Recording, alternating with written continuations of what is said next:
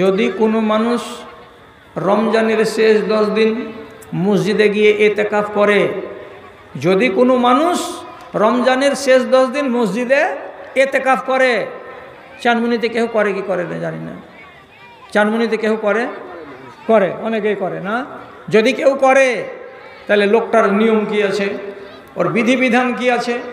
এখন ওর বাড়িওয়ালি যদি যে ওখানে এশারের নামাজ পড়ার পরে কহে যে কেউ আর থাকলো না, গোটা গাঁ তো নিজের নিজের বাড়ি চলে গেছে, তা আমার বুড়া মানুষটা একলাই মসজিদে এতেকাফ করছে, ডরে বেগে কী করবে, আমিও যাই শীত থাকি।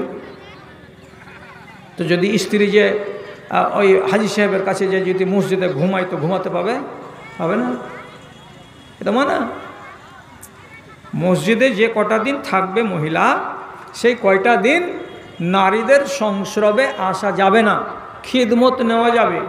খিদমত কেমন নেওয়া যাবে? ও যদি আসে মাথায় যদি একটু তেল দিয়ে দেয়, পায়ে যদি কোনো ব্যথা থাকে তো ব্যথাটাকে একটু যদি মুলে দেয়, তাহলে এইগুলো করা যাবে। তাছাড়া ওখানে রাত কাটা যাবে না। তাহলে কোরআনের ভাষা শুনুন, এইবার কোরআনের ভাষা ভালো করে বলছি। আল্লাহ তাআলা বলছেন ওয়ালা তুবাশিরুহুন্না ওয়া আনতুম আকিফুনা ফিল মাসাজিদে। ও মানুষেরা, তোমরা যে কয়টা দিন এতেকাফে থাকবে আল্লাহর ঘরের ভেতরে, সেই কয়টা দিন যদি আল্লাহ তাআলা ডাইরেক্ট বলে দিতেন এই কথাটা যে তোমরা তোমাদের স্ত্রীর সঙ্গে সঙ্গম করতে পারবে না, বলতে পারেন আল্লাহ, কিন্তু ভাষাটাকে মিঠা করার জন্য, ভাষাটাকে শালীন করার জন্য, ভাষাটার ভেতরে শারাফত আর ভদ্রতা ভরার জন্য আল্লাহ রাব্বুল আলামিন বলছেন কি, তোমরা খেয়াল করেন তর্জমার দিকে, তোমরা যে কয়টা দিন মসজিদের ভেতরে এতেকাফের হালাতে থাকবে, সেই কয়টা দিন নিজের চামড়াটাকে স্ত্রীর চামড়ার সঙ্গে লাগাতে যাবে না, স্ত্রীর চামড়ার সঙ্গে তোমার চামড়াকে মিলাতে যাবে না। তো চামড়াতে চামড়া মিলাতে যাবে না, এ কথাটা সহজ হলো। আর এটাকে যদি আপনি ডিপলি ভাবেন, একটু গাঢ় করে ভাবতে যান, তাহলে সহবাস এর মুরাদ বা এর অর্থ, অর্থাৎ সঙ্গম করা, এটাও ঠিক আর এটাই অর্থ এখানে। কিন্তু আল্লাহ তাআলা ডাইরেক্ট বলছেন না যে তুমি তোমার স্ত্রীর সঙ্গে সহবাস করিও না, বরং আল্লাহ তাআলা ইশারা করে একটা লজ্জার ভাষা দিয়ে বলছেন নিজের স্ত্রীর চামড়ার সঙ্গে তোমার চামড়াকে লাগাতে যেও না। একই অর্থ। তাহলে ভাষার ভেতরে কি আছে? একটা শালীনতা আছে এবং লজ্জার ভাব থাকা উচিত বা আছে। এখন আল্লাহ তাআলা সূরা মায়দাতে বলছেন ওয়াইন কুনতুম মারজা আও আলা সাফারিন আও জা আহাদুকুম মিনাল গায়াতি আও লামাসতুমুন নিসা ফালাম তাজিদু মাআন ফাতায়াম্মামু সাঈদান তাইয়্যিবা।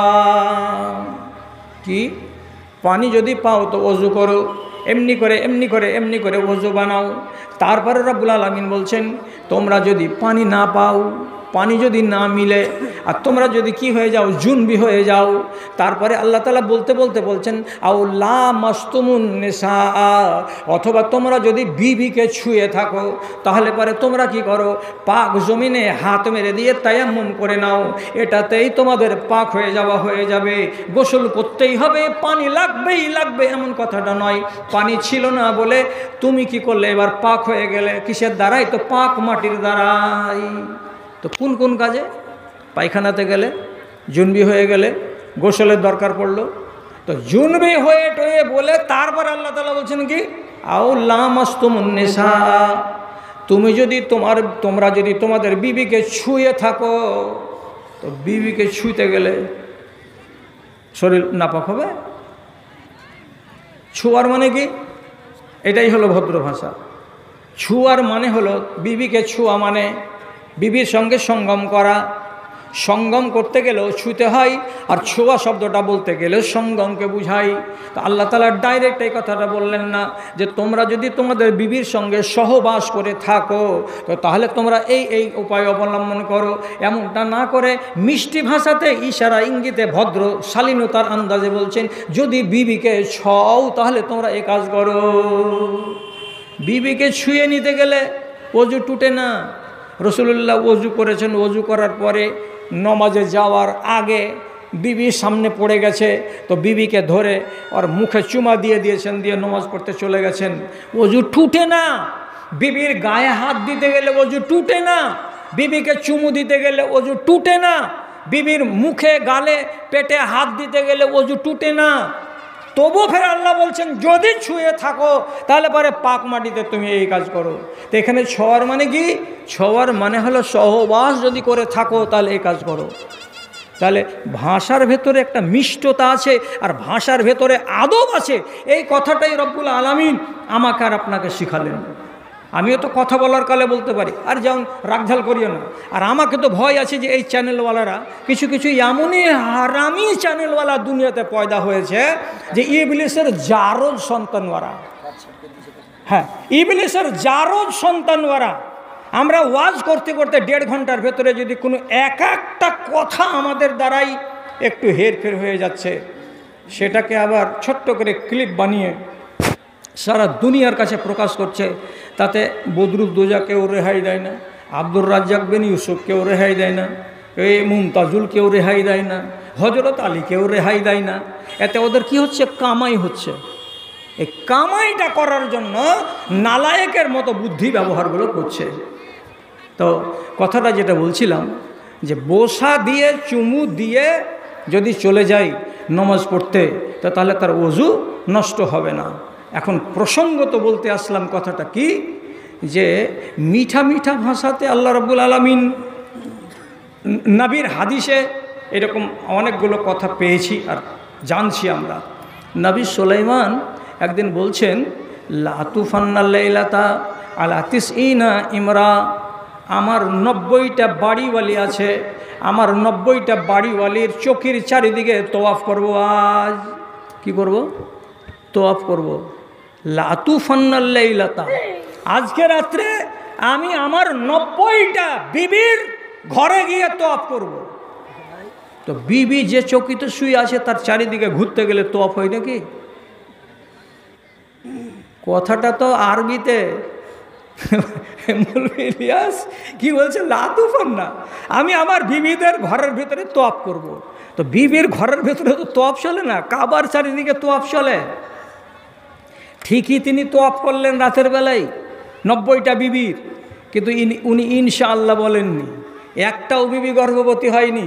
আর উনি বলেছিলেন যে তোয়াফ করব 90টা বিবির ঘরে গিয়ে, আর 90টা বিবি গর্ভবতী হবে, আর 90টা বিবির পেট থেকে 90টা বেটা পয়দা হবে, আর 90টা বেটাই আল্লাহর পথে সৈনিক হয়ে কাজ করবে। তো ইনশাআল্লাহ না বলার কারণে একটাও গর্ভবতী হয়নি। একটা যদি হয়েছিল তো আপুরা ছেলে একটা পয়দা হয়েছিল। যাই হোক, এটা তো অনেক অন্য কথা হয়ে গেল। তো তিনি ভাষাটা কি ব্যবহার করছেন? আমি আজ রাতের বেলায় আমার 90টা স্ত্রীর ঘরে তোয়াফ করব। তোয়াফ করা শব্দটার মানে এটাই হলো শরীফানা আন্দাজ, আল্লাহ রাব্বুল আলামিনের নবীর মুখ থেকে বেরিয়ে আসছে। আমি তোয়াফ করবর মানে হলো আমি আমার 90টা বিবির সঙ্গে মিলিত হব, শারীরিক সম্পর্ক কায়েম করব। যদি উনি এইভাবে বলতেন, আমি আজকে রাত্রিতে আমার 90টা বিবির সঙ্গে সহবাস করব, তাহলে কথাটাও ঠিক আছে, কিন্তু শুনতে যেন কেমন একটু লাগছে, কেমন কেমন ভাব, যে তিনি ডাইরেক্ট বলছেন আমি সহবাস করব সহবাস করব। তো এইভাবে ডাইরেক্ট না বলে তিনি ইশারাতে বুঝিয়ে বললেন আমি তোয়াফ করব, আর মানে হলো সেইটাই। তাহলে ভাষার হলো শালীনতা।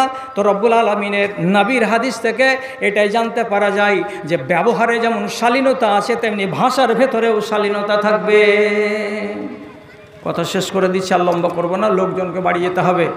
এক সাহাবী দিনের বেলায় নিজের স্ত্রীর সঙ্গে মেলামেশা করে নিয়েছে, আর নেওয়ার পরে রসুলুল্লাহর কাছে মশলা জানতে এসেছে যে রমজান মাসে আমি আমার বিবির সাথে যে এই কাজটা করে নিলাম তো আমার কী হালাত হয় আর কি হালাত হয় না। তো রসুলুল্লাহর কাছে মশলা জানতে এসেছেন যে রমজান মাসে ফরজ রোজা রাখা অবস্থাতে আমার দ্বারা যে এই কাজটা হয়ে গেল, তো তাহলে আমার কি জরিমানা কি কাফারা আছে। তো রসুলের কাছে এসে বলছেন হালাক্ত বা আহালাক্ত, রসুল আমি নিজে বরবাদ হয়ে গেছি এবং আমার বিবিকেও বরবাদ করে দিয়েছি। রসুল করিও তোমার দয়ায় যেন পার পেয়ে যাই, সকলের দাতা তুমি ওগো দয়াময়, এতটুকু কৃপা যেন মোর প্রতি হয় গো, মোর প্রতি হয়।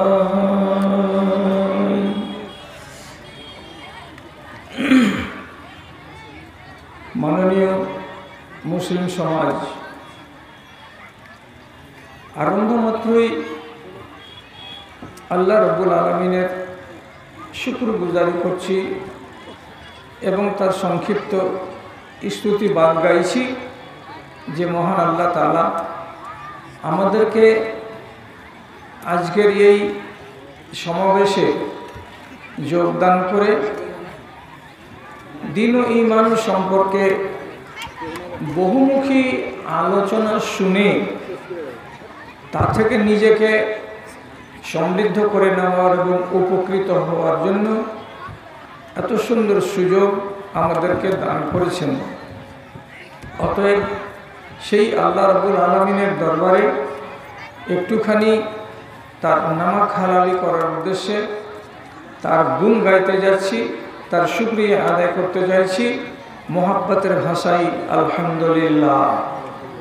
তারপরে তার আখেরি নবী রহমাতুল্লিল আলামিন বিপ্লবী জননেতা জনাবে মুহাম্মদুর রাসূলুল্লাহ সাল্লাল্লাহু আলাইহি ওয়াসাল্লামের উপর শত সহস্র দরুদ ও সালাম বর্ষিত হোক। আল্লাহুম্মা সাল্লি আলাইহি আল্লাহুম্মা বারিক আলাইহি। বেরাদারান ইসলাম, আজ আপনাদেরকে একটা বিষয় সম্পর্কে অবগত করাবো মনে করেছি এবং এ বিষয়ে আমি অন্ততপক্ষে কারোর কাছ থেকে কোনোদিন কোনো জালসাই আলোচনা শুনতে পাইনি। তো নিজে নিজে ভাবলাম যে আমি কোনো না কোনো এক জায়গায় সুযোগ গ্রহণ করি এবং এ বিষয়ে কিছু কথা বলি।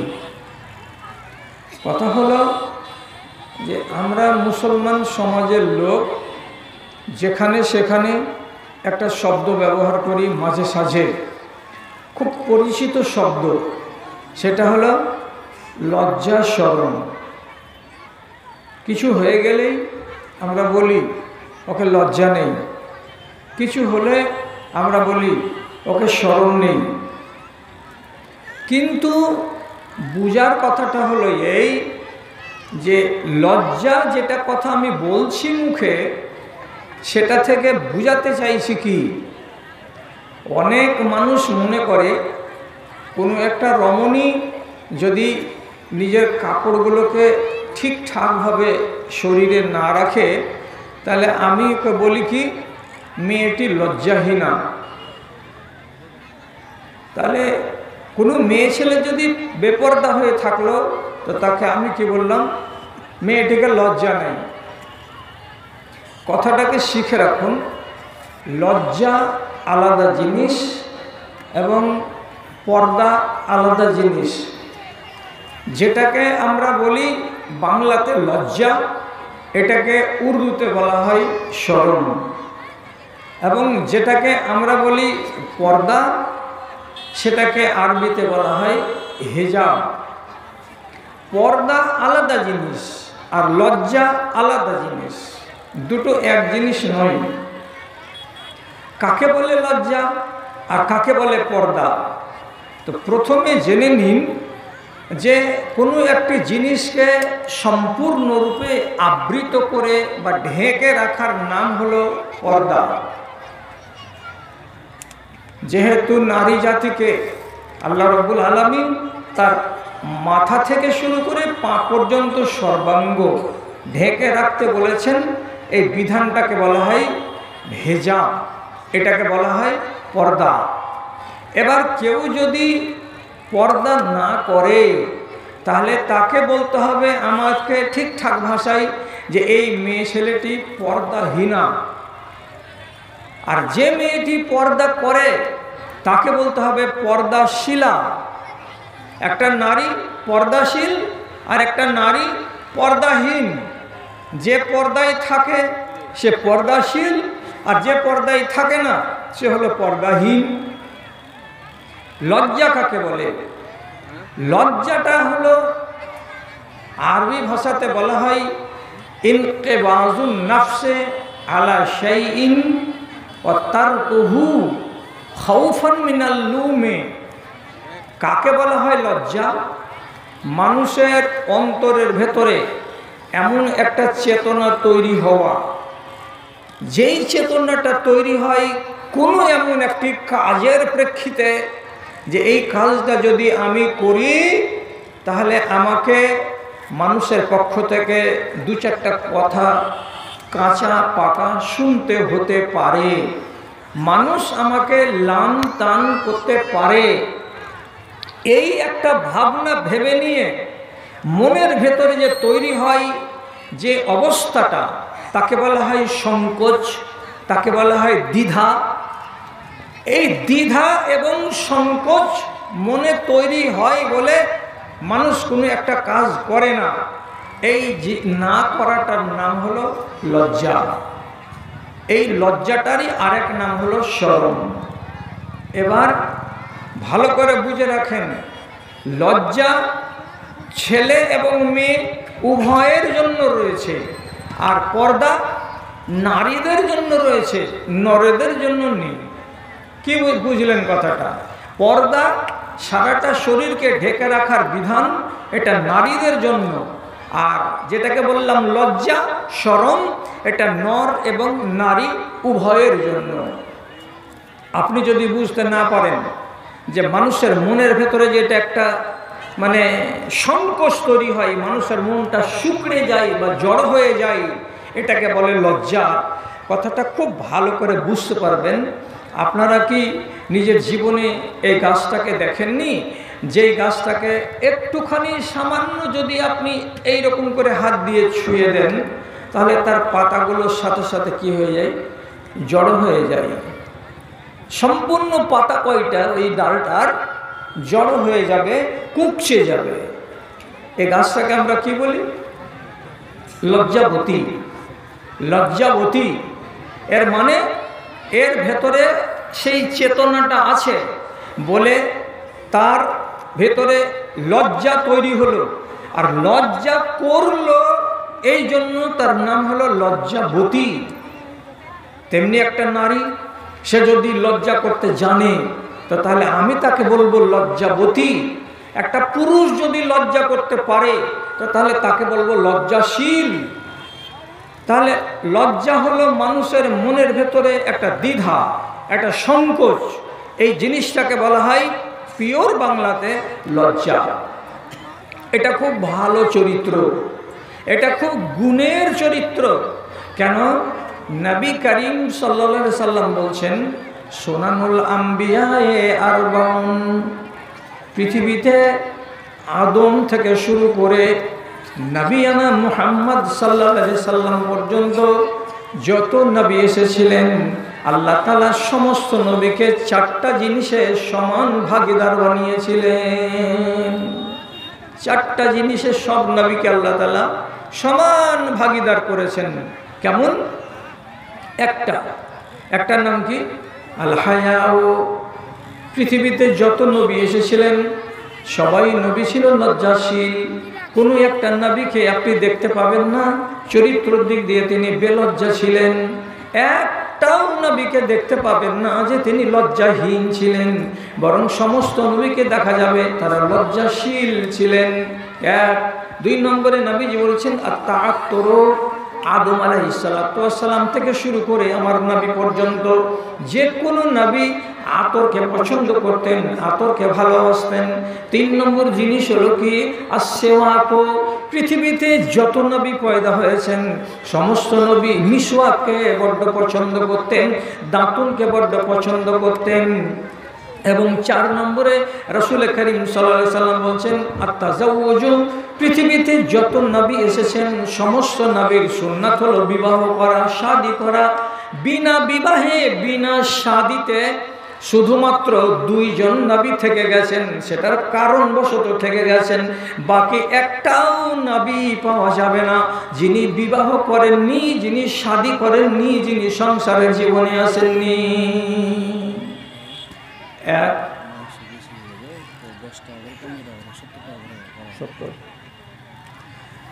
কথা হলো, ভান্ডারিতে এতক্ষণ পর্যন্ত ভান্ডারির কুপন ফি ছিল 80 টাকা, 10 টাকা করে কমিয়ে দেওয়া হয়েছে। আপনারা যারা ইচ্ছুক ব্যক্তি তারা 70 টাকাতে খানাটা খেতে পারেন। খেয়ে নিতে গেলে লাভ হবে মসজিদের, সেদিকে লক্ষ্য রাখবেন আপনারা। তো কি বুঝলাম? আম্বিয়াদের নেক স্বভাব হলো কটা? তো 4টা। তার ভিতরে একটা কি পেলাম? লজ্জা। তাহলে আমি যে কথাই বলি লজ্জা লজ্জা লজ্জা, তাহলে লজ্জা কথাটা কি খারাপ না লজ্জার স্বভাবটা খারাপ? লজ্জাকে ছেড়ে দেওয়াটা হলো খারাপ। যদি আপনার আর আমার ভেতরে এই চেতনা না থাকে তাহলে আমি হলাম লজ্জাহীন, এটা হলো খারাপ। কোনো রমণীর ভেতরে যদি সংকোচ, যদি দ্বিধা মনের ভেতরে না থাকে তাহলে এটা হলো বদ স্বভাব, একে বলা হয় লজ্জাহীনা, এটা খারাপ স্বভাব। কিন্তু লজ্জাটা থাকা হলো প্রশংসনীয় স্বভাব। আমার ভেতরেও যেন লজ্জা থাকে, আপনার ভেতরেও যেন লজ্জা থাকে। এই নেক গুণ যার ভেতরে আছে সেই মানুষটা বড় ফজিলতের মানুষ হবে। কেন হবে? স্বয়ং আল্লাহ রাব্বুল আলামিন লজ্জা করেন।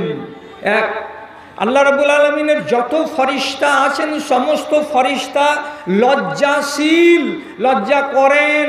2, আমার নবী জনাবে মুহাম্মদুর রাসূলুল্লাহ সাল্লাল্লাহু আলাইহি ওয়াসাল্লাম তিনি নিজে লজ্জা করেন, তিনি লজ্জাশীল।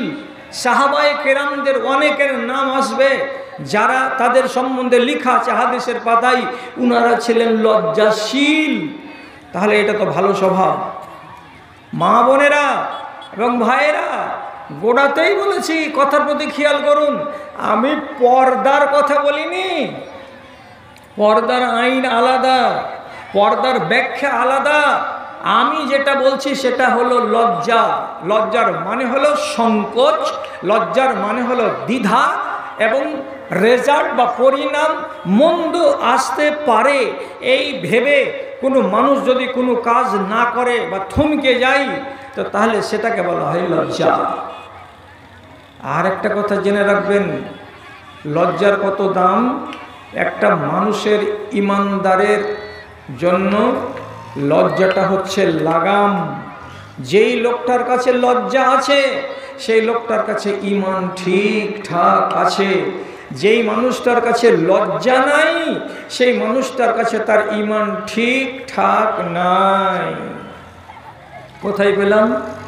নবী করিম সাল্লাল্লাহু আলাইহি ওয়াসাল্লাম বলছেন, আল হায়াউ ওয়াল ঈমানু কুরনা জামিআ ইযা রুফিআ আহাদুহুমা রুফিআল আখারু। আল্লাহ তাআলা নবী বলছেন, লজ্জাকে এবং আপনার ঈমানকে একজনকে আরেকজনের সঙ্গে বেঁধে রাখা হয়েছে, ঈমানকে ছেড়ে দেওয়া হয়নি। ঈমানকে বাঁধা আছে লজ্জা দিয়ে, আর লজ্জাকে যুক্ত করে রাখা হয়েছে ঈমানকে দিয়ে। সুতরাং একটা মানুষ যদি লজ্জাহীন হয় তাহলে সে লোকটা ঈমানদার হতে পারে না। আর একটা লোক যদি পাকা ঈমানদার হয় তাহলে সে লোকটা বেলজ্জা হতে পারে না। কথা বোঝা গেল? কি বললাম? কথাটা ধরতে পারলেন? যার কাছে লজ্জা আছে তার কাছে ঈমান আছে, যার কাছে ঈমান আছে তার কাছে লজ্জা আছে। একটা লোক নির্লজ্জ তাহলে তার ঈমান পূর্ণ নয়, পূর্ণ নয়। একটা লোকের ভেতরে যদি আপনি দাবি করেন এই লোকটা পাকা ঈমানদার, তাহলে আপনাকে বলতে হবে যে এই লোকটা পাকা লজ্জাশীল, এর ভেতরে লজ্জা আছে। দুটোকে নবী করিম বলছেন, এর একজন আরেকজনের সঙ্গে অঙ্গাঅঙ্গিভাবে জড়িয়ে আছে। যদি আমার ভেতরে লজ্জা না থাকে তাহলে জানতে হবে ঈমানও কমে গেছে। যদি আমার ভেতরে ঈমান পরিপূর্ণ না থাকে তাহলে জানতে হবে আমার লজ্জা আউট হয়ে গেছে। সুতরাং ঈমান বহাল থাকার জন্য আউয়াল শর্ত, 1 নম্বর শর্ত হচ্ছে আমার আর আপনার ভেতরে লজ্জা বহাল থাকা। যে কোনো কাজে আপনি যদি দ্বিধাহীন হয়ে যান তাহলে তো আপনার কোনো কাজে বাধাই আসবে না। কাকে বলে লজ্জা? আপনি দাঁড়িয়ে দাঁড়িয়ে একটা চায়ের দোকানের সামনে বিড়ি টানছেন, একটা আলেম চলে যাচ্ছিল চায়ের দোকানের সামন দিয়ে, টুপি মাথায় দিয়ে, পাঞ্জাবি গায়ে দিয়ে, মুখে সুন্নাতে দাড়ি, দেখলেন, দেখার পরে সাথে সাথে বিড়িটাকে হয় লুকিয়ে দিলেন আর না হয় চুপচাপ কোনো জায়গাতে ছুঁড়ে ফেলে দিলেন। এটার নাম কি? এটার নাম হলো লজ্জা। এই লজ্জাটা আপনাকে একটা বড় গুনাহ থেকে বাঁচালো। সেটা কি বড় গুনাহ? কি বড় গুনাহ থেকে আপনাকে বাঁচালো এই লজ্জাতে? বিড়িটা যদি ফেলে না দিতেন আর আপনার হাতে যদি থাকতো, আর একটা বড় আলেম আপনার সামন দিয়ে যেত আর বিড়িটা আপনার হাতে এইভাবে টানা দেখতে পেত, তাহলে কি হতো আপনি জানেন?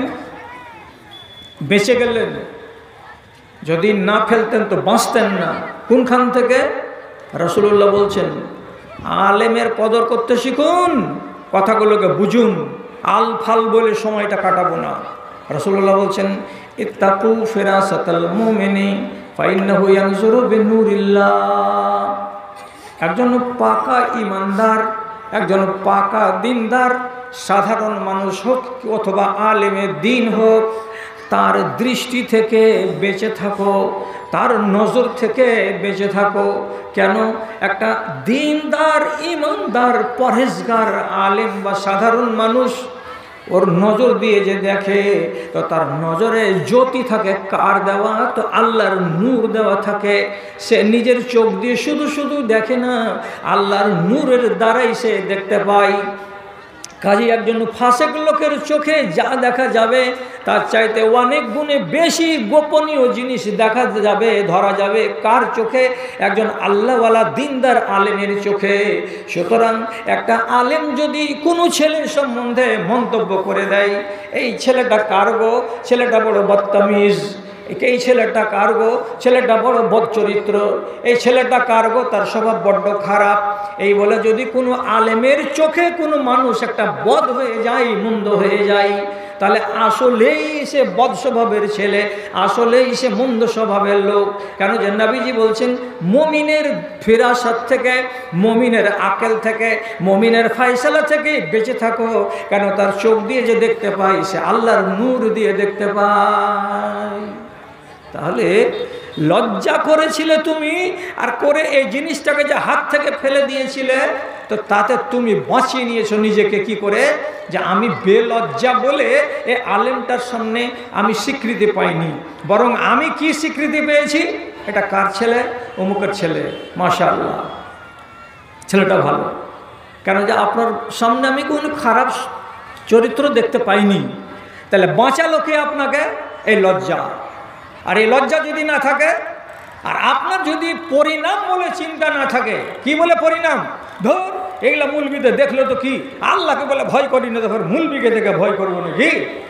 এই ধরনের যদি বেহায়াই থাকে মানুষের ভেতরে, তাহলে মাথায় রাখেন কথা। রাসূলুল্লাহ সব শিক্ষা দিয়ে গেছেন। কি বলেছেন নবী? ইজা লাম তাস্তাহি ফাসনা মা শিতা। তুমি যদি শরম না করো, তুমি যদি লজ্জা না করো, তোমার ভেতরে যদি শরম না থাকে, তোমার ভেতরে যদি লজ্জা না থাকে, তাহলে পরে তোমার মনে যা লাগবে তাই করো। কেন? যে তুমি পরিণাম বলে চিন্তা করো না, তোমার পরিণাম যে খারাপ হবে সেটা বলে তুমি ভাবো না। অতএব তোমার যখন লজ্জা নাই, তখন যাহা ইচ্ছা তাহাই করে যাও, কোনো বাধা নাই, কোনো তোমাকে নিষেধ নাই। আর যারা ভাববে কি বলে? পরিণাম বলে। তো পরিণাম বলে যদি ভাবে, তাহলে পরে সে সংযমী হবে। আর সংযমী যদি হয়ে যায়, তার নাম লজ্জা। আর এই লজ্জা তাকে বেইজ্জতির হাত থেকে বাঁচাবে। ধরুন একটা নারী, কোনো এক মা, কোনো এক মহিলা, কোনো একটা বোন গলিতে ঝাড় ঝাঁটা দিচ্ছে, ওটা দিয়ে চলে যাচ্ছিল তার বাল্যকালের বন্ধু বা সাথী। ছেলেটাকে চিনে, আমি এই ছেলেটার সঙ্গে 3 বছর লেখাপড়া করেছি। তো ছেলেটা তো জানে না যে চাঁদমনির এই গলিটাতে আমার এই ক্লাসমেট মহিলাটা আছে। মহিলা নিজে আগ বাড়িয়ে বলছে, আব্দুল করিম কোথায় গেছিলা? মোটরসাইকেল থামিয়ে দিয়ে এদিকে ঘুরে তাকাচ্ছে, আর দেখার মাত্রই বলছে, আরে রোজিনা তুমি এখানে? মানে কইছে এইখানে আমার বিয়ে হয়েছে। ছেলেটা মোটর সাইকেল থামিয়ে ওখানে পা লাগালো, আর রোজিনা এক পা দু পা করে এগিয়ে এগিয়ে চলে গেল ওইখানে। এরা দুজন গল্প করছে। এইবার কথাটা ভালো করে মনে রাখুন, একটা মহিলা কোনো আজনাবি মানুষ